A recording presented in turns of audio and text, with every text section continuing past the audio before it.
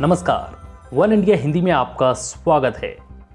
चीन की बार बार घुसपैठ वाली साजिश को देखते हुए अब भारतीय सेना एलएसी पर पूरी तरह से अलर्ट है। यही वजह है कि अब भारतीय सेना चीनी सैनिकों को खदेड़ रही है और उसकी हर हिमाकत का माकूल जवाब दे रही है। 29 और 30 अगस्त को पूर्वी लद्दाख के चुशूल में चीन की तरफ से हुए घुसपैठ के प्रयास के बाद भारतीय सेना हाई अलर्ट पर है। सेना ने पैंगोंग त्सो के दक्षिण में सभी अहम रणनीतिक पोस्ट पर कब्जा कर लिया है।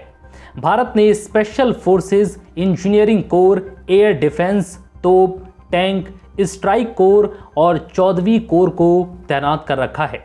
इसके जरिए भारत चीन पर नकेल कसने की पूरी तैयारी में है।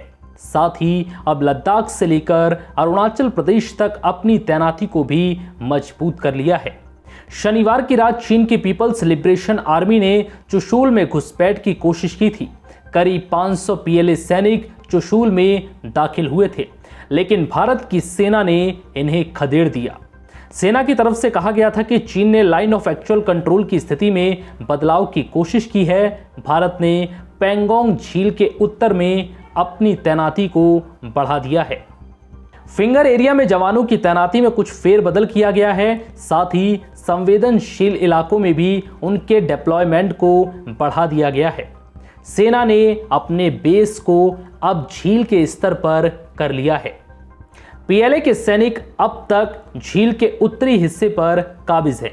भारत की सेना ने अब ब्लैक टॉप, रेजांग ला पास और रैकिन पास पर अपनी स्थिति को मजबूत कर लिया है। भारत और चीन के ब्रिगेड कमांडर मीटिंग पिछले 4 दिनों से जारी है। मीटिंग का हालांकि अब तक कोई नतीजा नहीं मिल सका है। फिंगर 3 और 4 तक जवानों की भारी तैनाती है। सूत्रों का कहना है कि ब्लैक टॉप, जिस पर अब भारत का नियंत्रण है, वहां पर भारतीय और चीनी सैनिक बहुत करीब हैं। भारत की सेना ने पैंगोंग लेक के दक्षिण में ऊंची पहाड़ियों पर कब्जे की कोशिश की थी। ये पहाड़ियां स्पांगुर गैप तक हैं। सेनाओं के बीच में बस कुछ ही मीटर का फासला है। इसके अलावा भारत और चीन दोनों ही तरफ से फॉरवर्ड लोकेशन पर तैनात जवान भारी हथियारों से लैस हैं। इकोनॉमिक्स टाइम्स के मुताबिक स्पांगुर गैप पर अब ऊंची पहाड़ियों के जरिए नजर रखी जा रही है। भारत के T-19 टैंक्स यहां पर तैनात हैं और साथ ही हर पल रेजांग ला और रैकिन ला पर जवान पूरी तरह से चौकस हैं। लेह में मौजूद 14वीं कोर की जिम्मेदारी है कि वो पूर्वी लद्दाख से सटे एलएसी की सुरक्षा करे। 14वीं कोर चीन सीमा के साथ ही कारगिल, द्रास और बटालिक में पाकिस्तान से सटी एलओसी और सियाचिन ग्लेशियर पर भी तैनात है। ऐसे में इस कोर की एक डिवीजन एलएसी की जिम्मेदारी संभालती है। इसे त्रिशूल डिवीजन के नाम से भी जाना जाता है। एक डिवीजन में करीब 10,000 इन्फेंट्री यानी कि पैदल सैनिक, आर्म्ड आर्टिलरी, एयर डिफेंस और इंजीनियरिंग ब्रिगेड आदि शामिल है। यानी कि कुल मिलाकर बात करें तो इस डिवीजन की पूरी फोर्स कम से कम 20,000 सैनिकों की है।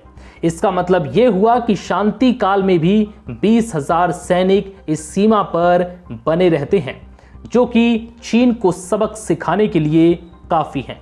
फिलहाल इस वीडियो में इतना ही। नमस्कार।